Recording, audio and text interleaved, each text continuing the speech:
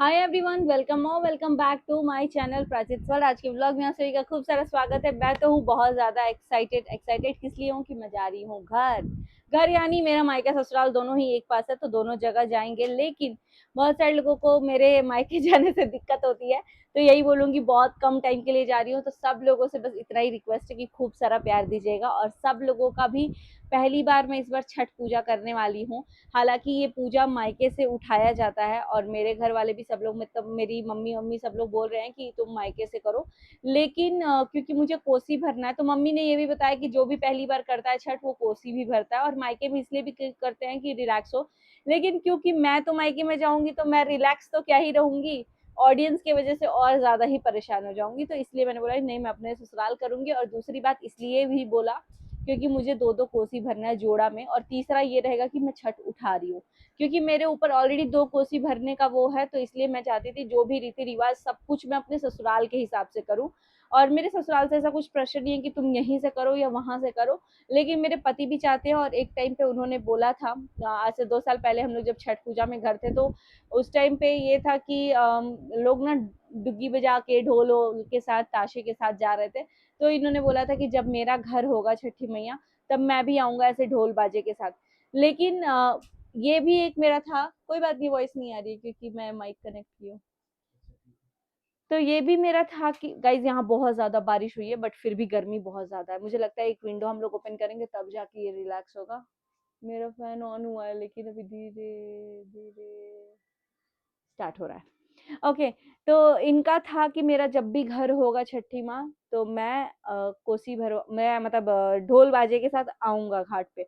But अभी मेरे घर में ऐसे, मतलब सब लोग बोल रहे हैं कि अभी तक हम लोग कभी गए नहीं है ढोल वगैरह के साथ। तो मैं भी नहीं चाहती हूँ कि मैं कुछ नया करूँ। क्षमा मांग लेते हैं, बाकी जैसा होगा माता जी जैसा करेंगी, बस एक साल मेरा अच्छा से हो जाए।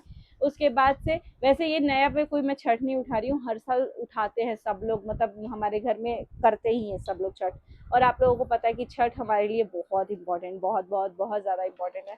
और मैंने एक और विश मांगा था जो आप लोगों से बता देती हूँ।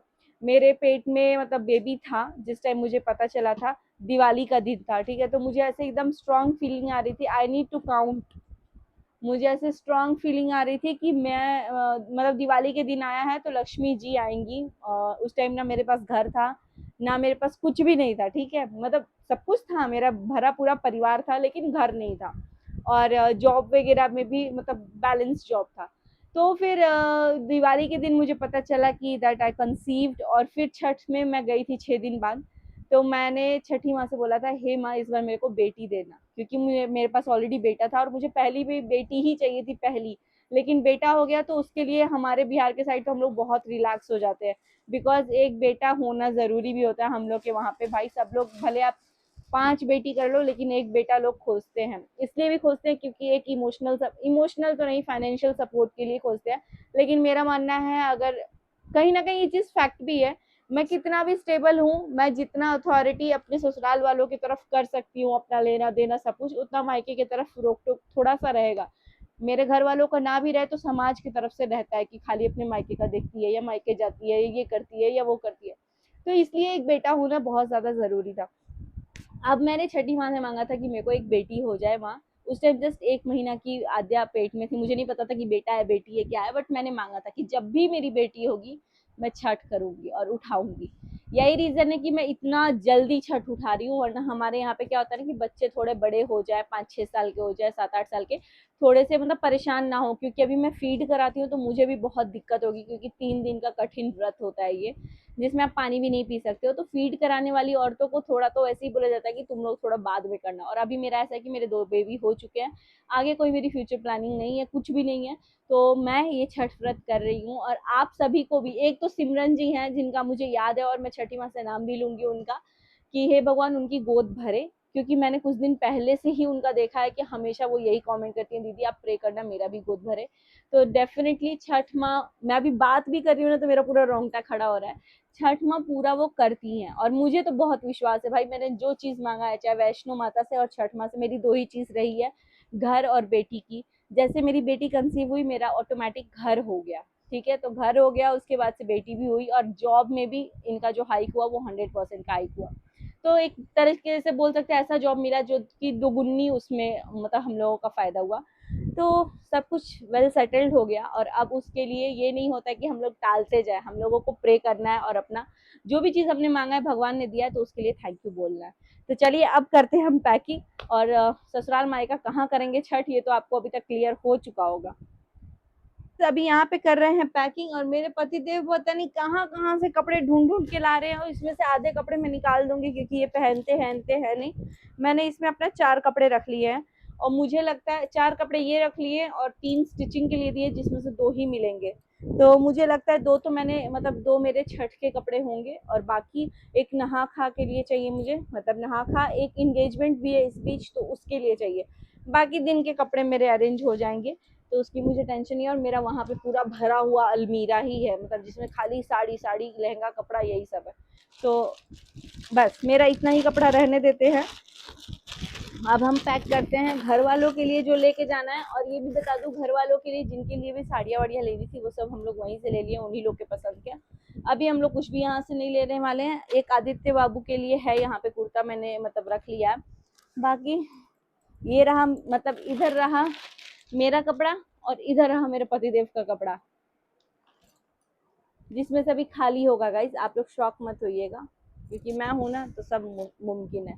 अभी यहाँ पे आद्या और प्राचित के भी कपड़े मुझे रखने हैं एंड या मैं कोई ज्वेलरी लेके नहीं जाने वाली हूँ, मैं कोई ज्वेलरी वगैरह भी नहीं लेके जाने वाली हूँ और है भी नहीं यहाँ पे क्योंकि सारी ज्वेलरी ऑलमोस्ट जो है मेरी वहाँ पे ही है घर पे, तो मैं पहन लूँगी।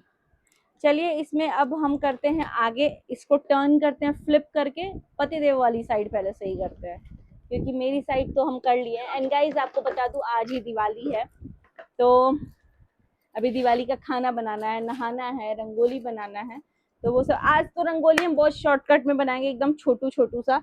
व्हाट इज दिस, एकदम छोटू छोटू सा रंगोली बनाएंगे और बहुत ही क्यूट क्यूट सा और जल्दी जल्दी बनाएंगे।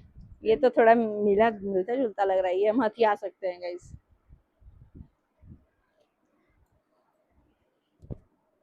आपका ये आपके लिए थे, हमको मालूम है ये हम लिए थे आपके बर्थडे के दिन। नहीं गाइस हमको नहीं चाहिए, वैसे भी ये एक बार पहन लेंगे तो हम ही पहनेंगे। हम तो हथिया लेते भाई। ये एक ऐसा टी शर्ट ये लिए हैं जो हम नहीं हथिया सकते, लेकिन आप ये क्यों लेके जा रहे हैं, इस पे मेहंदी का दाग लग गया है। निकाल दो, बट आप पहनते हैं तो अच्छा लगता है, आला से साफ होगा ये। चलिए इसको अच्छे से फोल्ड कर देते हैं और जल्दी से अब हम इसको पैक करके रखते हैं। ओके गाइस मिलते हैं थोड़ी देर में पैक करने के। सो गाइज़ ये पैकिंग मैंने किया था दिवाली डेकोरेशन के पहले ही और दिवाली के दिन ही किया था क्योंकि मेरे पास टाइम बहुत कम था। तो यहाँ पे कुछ डेकोरेशन ऐसा किया था हमने झटपट में जितना हो पाया, फ्लावर के साथ और थोड़े से कलर्स के साथ अच्छे से मैंने कर लिया था। यहाँ पे हम लोगों ने मैट बिछाया था तो मैट के आसपास भी रंगोली कुछ इस तरीके से बनाई थी, काफ़ी सुंदर लग रहा था, मुझे तो बहुत अच्छा लग रहा था। आप लोगों को कैसा लगा कॉमेंट करके ज़रूर बताइएगा। जैसा भी हो घर एक होना चाहिए और घर को सजाने में भी अलग ही मज़ा आता है। थोड़ा सा वो भी होता है, दिक्कत परेशानी भी होती है, लेकिन पूरे साल तो हम लोग यही मानते हैं ना कि घर हो। तो जब एक घर है तो उसको अच्छे से सजा लेना चाहिए। इस व्लॉग को करेंगे यहीं पे, मिलते हैं बहुत जल्दी नेक्स्ट व्लॉग में। Bye bye till then, take care, see you soon in next vlog और सब्सक्राइब कीजिए।